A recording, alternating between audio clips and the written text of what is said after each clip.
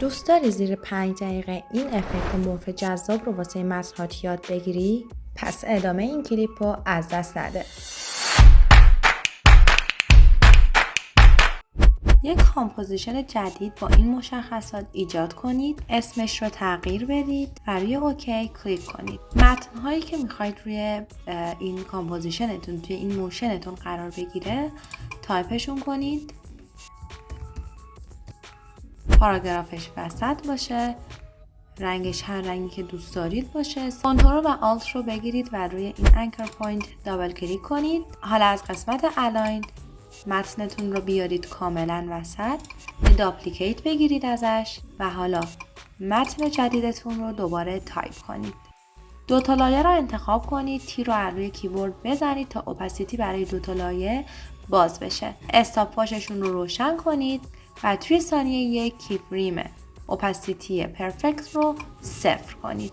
به ثانیه 2 برید، اوپاسیتی این لایه رو 0 کنید و این لایه رو 100 کنید.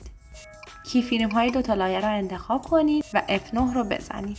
حالا برای اینکه افکت مورف رو روی این لایه ها اعمال کنیم، کافیه که یه دونه adjustment layer ایجاد کنیم.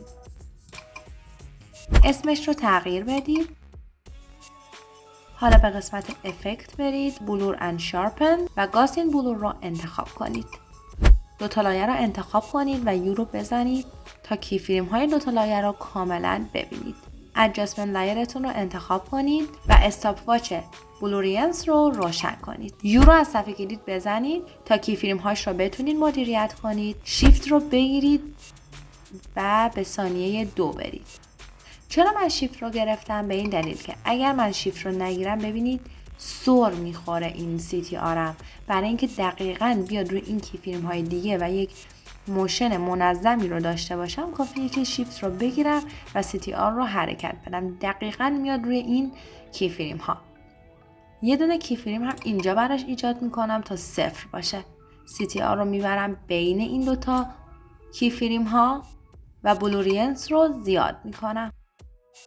کیفریم ها رو انتخاب میکنم و F9. اگر دقت کنید اینجا کاملا متن‌های ما محو شدن. خب ما نمیخوایم اینقدر محو باشن، میخوایم یکم حالا این لایه بلوری که ایجاد کردیم رو یکم شارپ تر کنیم، تیزتر کنیم.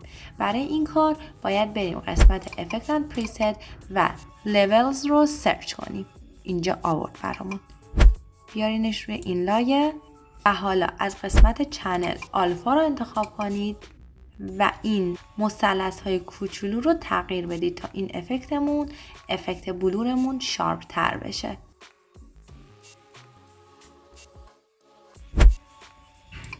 اگر اینو من افکتش یک لحظه هاید کنم، الان که روشنش میکنم ببینید یه ذره افکت مورفمون قشنگ تر شد.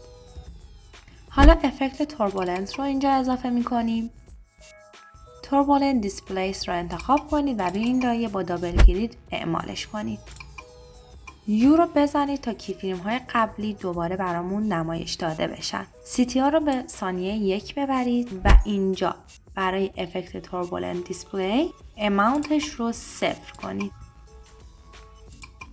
به ثانیه 2 برید و دوباره همین 0 رو من میخوام اعمال کنم، ولی ببینید نمیشه، اینجا ندارمش. اینو اگر بزنم اون یکی کیفریم دیگه ای هم که ایجاد کردم میره. برای این کار یو رو بزنید تا تمام کیفریم ها رو براتون بیاره. ببینید الان من اماونت رو دارم و میتونم خیلی راحت اینجا کیفریم رو روشن کنم و ببینید الان هم اینجا 0 و هم اینجا. شیفت رو بگیرید و CTR رو بیارید وسط. اماونت رو 50 کنید